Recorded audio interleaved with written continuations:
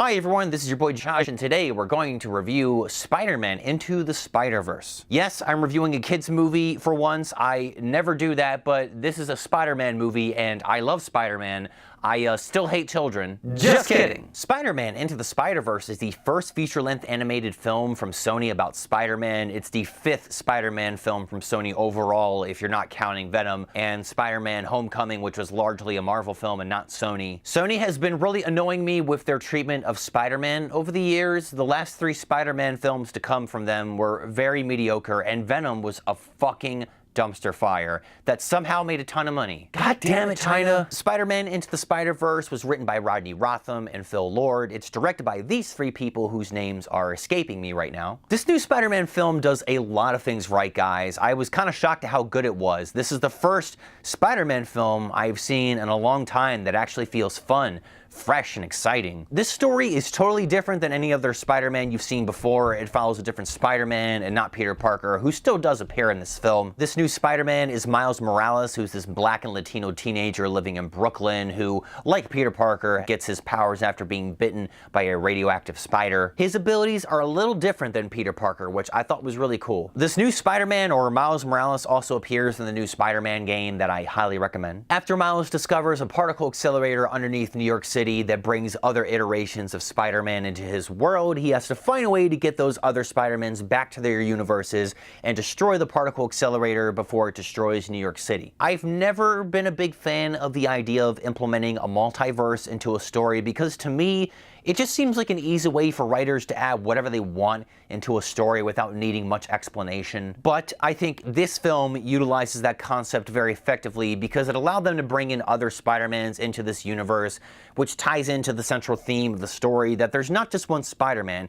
Anyone can be Spider-Man, or anyone can be a hero. I think that was also a way of the filmmakers letting us know that they're aware of how tired we are of seeing the same Peter Parker story over and over again, which I can really appreciate. And this film wasn't lazy with the various versions of Spider-Man that they included. They're all very unique and different. I thought it was so creative that 3 of them were drawn in 3 different types of animation styles, like Peter Parker, who's a Looney Tunes version, or Noir Spider-Man, who's a black and white 30s cartoon version, who's voiced by Nicolas Cage, fun fact. And then there's also Penny Parker, who's like a Japanese anime version, who's got this big robot that she jumps in to fight bad guys. Now, these 3 characters don't serve much of a purpose outside of being comic relief, but I was still really impressed at the amount of detail that was put into the design of these characters, and even if they don't significantly impact the story, they're still a lot of fun to watch. My 2 favorite versions of Spider-Man in this film is older Spider-Man and Spider-Woman, who are funny and they bring a lot more to the story. They're very well developed. It was very interesting to see an older Spider-Man who's this fat fuck-up who's also a pretty terrible role model. I just love that this film added so many new ideas into this reused story and made all of these familiar characters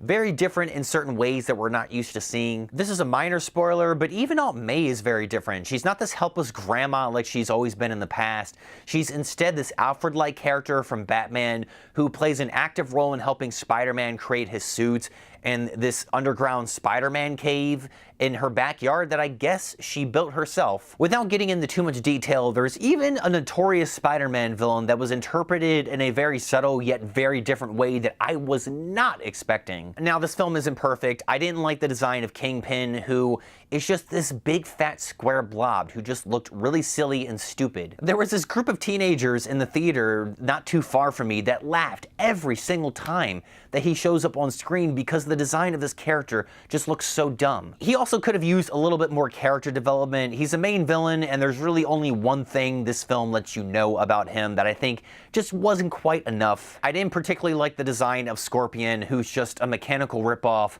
of the bad CGI Scorpion King from The Mummy Returns. 90% of the soundtrack in this film is excellent. I loved all of the music choices except for like one, which plays over an emotional scene where the main character is sad, and the song just does not fit. I'm not scared.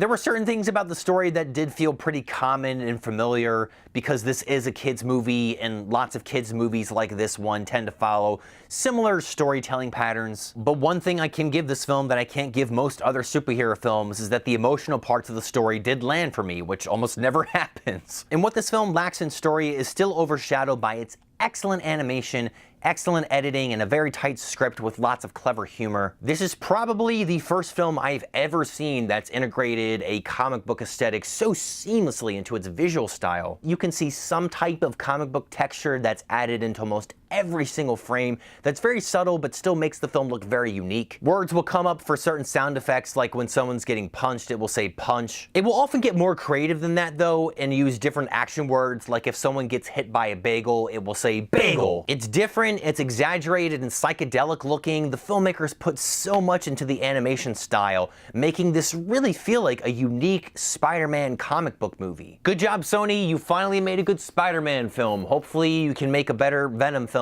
next time. Ugh. This film is between a 3.5 and a 4 for me, but I'm feeling a little generous, and because I think it is better than Spider-Man Homecoming, I'm gonna give Spider-Man Into the Spider-Verse a 4 out of 5. Thanks for watching this review, guys. You are so kind. Please let me know what you thought about Spider-Man Into the Spider-Verse in the comment section below. Please leave a recommendation on a film that I should watch and review next while you're down there. Be sure to check out the other content on my channel. I got several other reviews you might be interested in watching, including my review of Avengers Infinity War. Hit the like button if you like this video, or share this video, or both, whichever you prefer. I don't care. And as always, if you dig the channel, then subscribe to the channel. Thanks again, guys. This is your boy Jay, and I'll see you later.